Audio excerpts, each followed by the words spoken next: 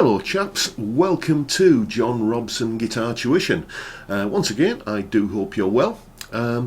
First of all, today's video is a little bit of a departure from the norm. What I'm going to do in this video is talk a little bit about the reality of being in a gigging semi-professional band, or even a professional band for that matter.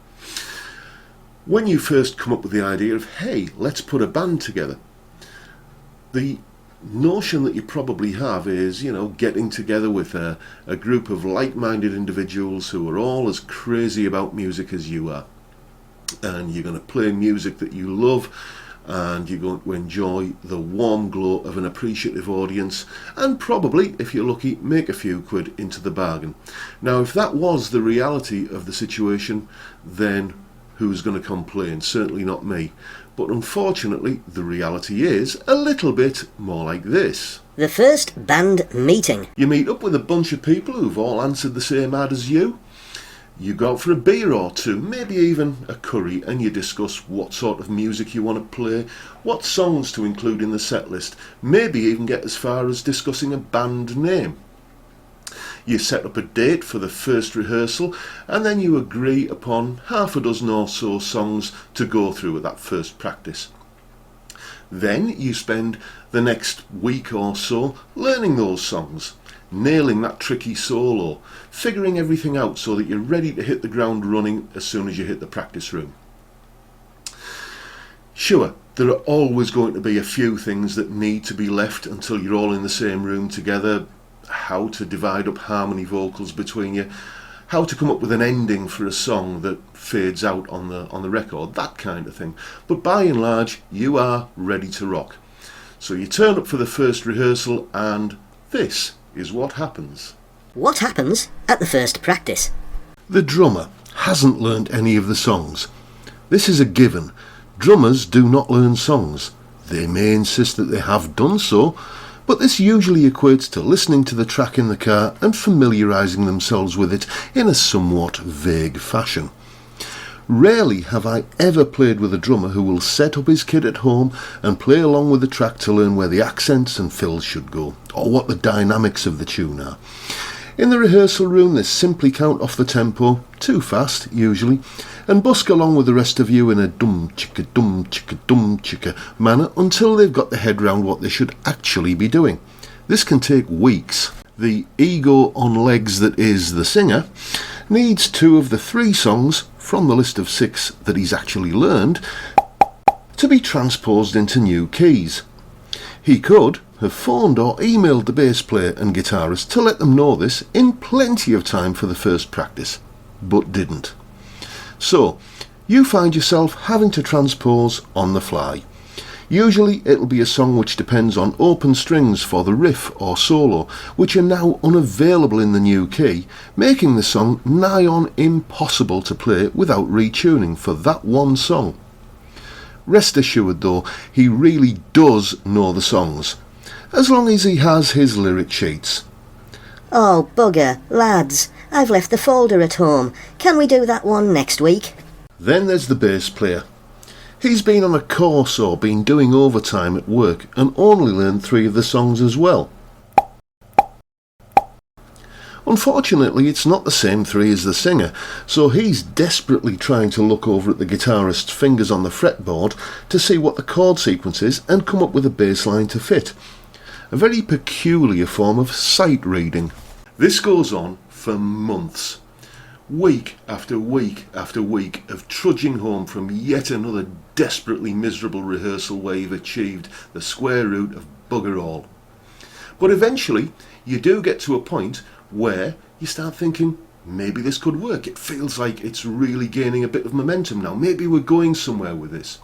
And it's usually at that point that one of the guys announces that he's fed up with it all taking so long and he's jumping ship to go and rejoin his previous band. He knows their set like the back of his hand and they have gigs all ready and lined up. Of course, the irony that the reason why it's all taking so long is in no small part due to his born bloody idleness is lost on him. Nevertheless, you advertise for a replacement and begin all over again. And maybe, if you're lucky, after about 12 or 18 months maybe, you're just about ready to start gigging. So, time to start contacting the agent then. Yes, lads, I can get you the work. Just spend a few quid on recording a pro-quality demo, getting some photos done, putting up a website, getting a stage backdrop made, hire a hall, do a showcase gig, oh, and get yourself a few hundred Twitter followers, and leave the rest to me. So, Mr. Agent, what exactly is it that you'll be doing on our behalf? Oh, I see. You'll be writing out the posters and then sending them to the venue for us, will you? Well, you're certainly breaking a sweat in return for your 25%, aren't you? Dickhead. But the reality is, in this part of the world, you either work through an agent or you simply don't work. Eventually, your first gig is in the diary. The venue is some bleak social club in the kind of remote village where the local newsagent, no doubt, sells cards that read, "Happy birthday, Uncle Dad." The kind of close-knit community where the village school has 40 kids, but there's only 2 surnames on the register.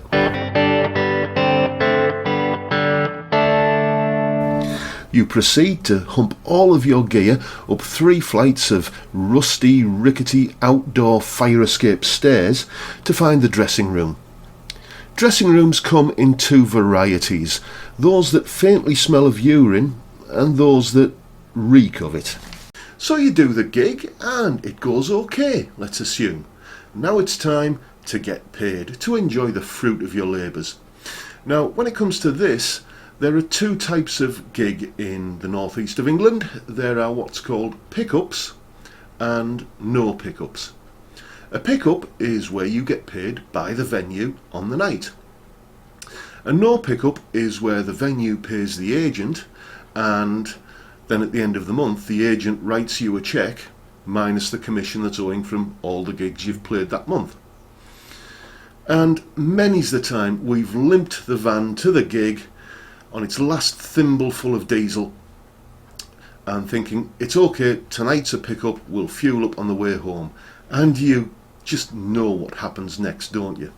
Nay, lads, this club hasn't been a pick-up in years, so it hasn't. Tha needs to get that brass from agent. Anyone got any room left on the credit card for diesel? Every few weeks or thereabouts, you'll get a cheque from the agent. And when it actually doesn't bounce on you, you might get a couple of £100 or so. Result. The trouble is that if you think about it too much and take off all the expenses you've incurred, you begin to realise you've earned less per hour than one of these. And all those reasons, ladies and gentlemen, are why I don't gig much these days, apart from the odd function band thing, and even then only if the money's right. And it's all 10 times as bad if you're committing the cardinal sin of trying to do something creative or original, your own material. The fact of the matter is that certainly in this part of the world, when people go out to see live music, they want a game of bingo, a pie and pea supper, and above all they want songs that they know from the radio, so you can forget about getting paid for playing original music. And getting paid is something that I need to happen. Music is how I pay the mortgage. When it comes to finding an appreciative audience for the music that I do create myself, then that's what the internet gives me. I would much rather play my music here and put it out on YouTube, SoundCloud, Twitter, whatever, and enjoy the response it gets there, than go through all of the stuff I've just described, only to end up playing it to a room full of family and friends who've turned up to support you, and the bar staff. To quote Bill Hicks, I don't mean to come across as cold, cruel and bitter, but I am, so that's how it comes out. See you next time, folks. Bye for now.